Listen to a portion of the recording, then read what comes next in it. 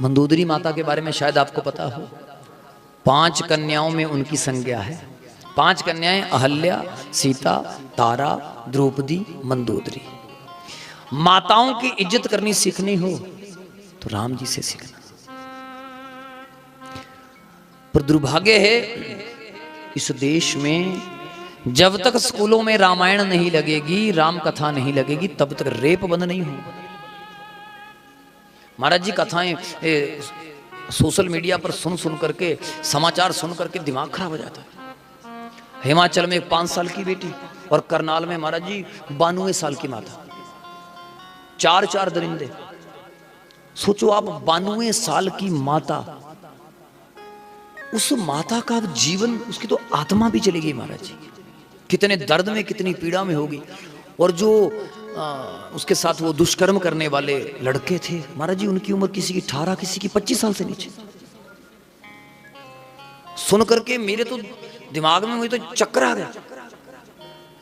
और अभी भी स्कूलों के बीच में ये रामायण नहीं लग रही।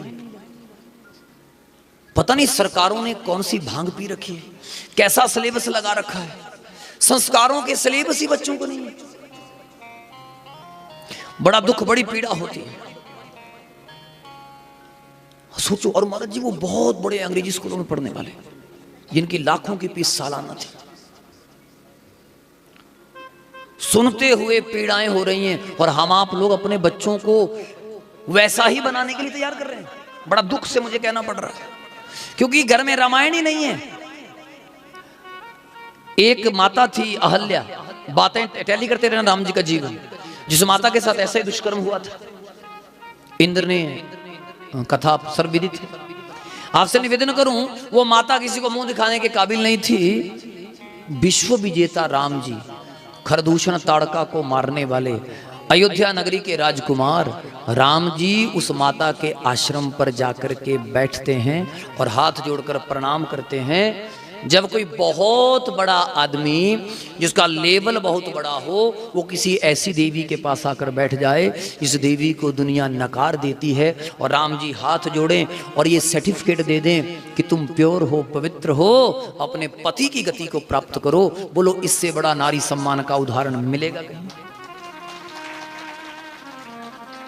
जिस देवी के साथ ऐसा कुकृत्य हुआ, उस देवी के सामने राम जी हाथ जोड़कर खड़े हैं कि मैं प्रमाण हूं, मैं तुम्हें प्रमाणित करता हूं, अहल्या जैसी नारी धरती पर दूसरी नहीं। और राम जी वही कहते हैं, आज के बाद तुम कन्या रहोगे।